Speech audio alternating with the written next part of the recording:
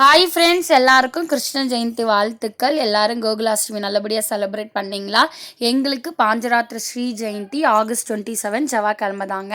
So எல்லாருமே பார்த்தீங்கன்னா திங்கக்கிழமை செலிப்ரேட் பண்ணியிருப்பாங்க. நாங்கள் மட்டும் மறுநாள் செவ்வாய்க்கிழமை இன்றைக்கி செலிப்ரேட் பண்ணோம். எங்களுக்கு ஸ்ரீரங்கம் முறைப்படி ரோகிணி நட்சத்திரம் இருக்கிறதால இன்றைக்கி செவ்வாய்க்கிழமை ஆகஸ்ட் 27 தான் கிருஷ்ண ஜெயந்தி. ஸோ நாங்கள் பாஞ்சராத்திர ஸ்ரீ ஜெயந்தி வந்து சூப்பராக செலிப்ரேட் பண்ணோம்.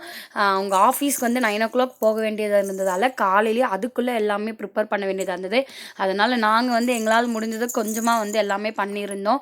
பக்ஷணம் பண்ணியிருந்தேன். அதுக்கப்புறம் இனிப்பவல், காரவல், அந்த மாதிரி பக்ஷணங்கள் எல்லாமே பண்ணி காத்தால் 8 மணிக்குள்ளே நாங்கள் வந்து பூஜையை வந்து நல்லபடியாக முடிச்சிட்டோம். பாப்பாவை வந்து தூங்கிட்டு இருப்பாங்க, அமைதியாக எழுந்துக்கிறதுக்குள்ளே பண்ணணும்.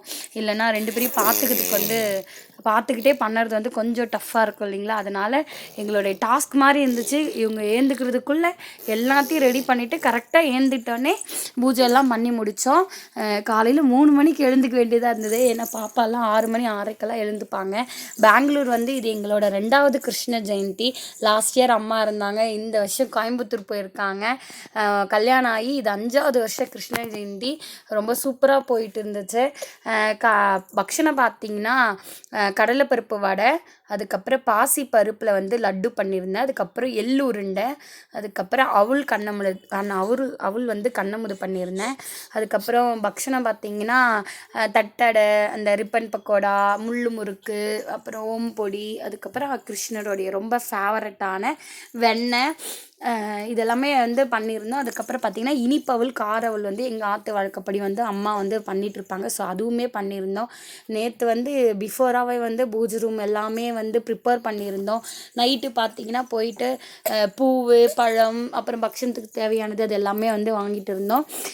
காலையில் வந்து எழுந்துட்டு இந்த பக்ஷணம் பண்ணுறதுக்கு கரெக்டாக 6 மணி 7 மணி ஆயிடுச்சு. அதுக்கப்புறம் ஃபாஸ்ட்டாக பண்ண வேண்டியது. இன்பிட்டியில் வந்து அர்ஷினியும் எழுந்துட்டாங்க. கிருஷ்ண ஜெயந்தி எப்பயுமே நாங்கள் வந்து நைட்டு ஈவினிங் 6 o'clock மேலே தான் செலிப்ரேட் பண்ணவே ஸ்டார்ட் பண்ணுவோம். பட் இந்த வருஷம் பார்த்திங்கன்னா சாயங்காலம் 3-4 மணிக்குள்ளே ரோகிணி நட்சத்திரம் முடிகிறது. அது இல்லாமல் அவங்க ஆஃபீஸ் போயிட்டு நைட்டு வரதுக்கு கொஞ்சம் லேட் ஆகும்.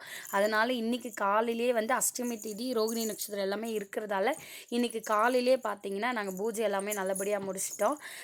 இந்த வருஷம் வந்து கிருஷ்ணாவும் வந்தாச்சு, ராதையும் வந்தாச்சு. ஸோ ராதே கிருஷ்ணா எங்கள் அமிதேஷ் அர்ஷினியோட சேர்ந்து இந்த கிருஷ்ண ஜெயந்தி வந்து செலிப்ரேட் பண்ணது தான் ரொம்ப ஸ்பெஷலாக இருந்துச்சு.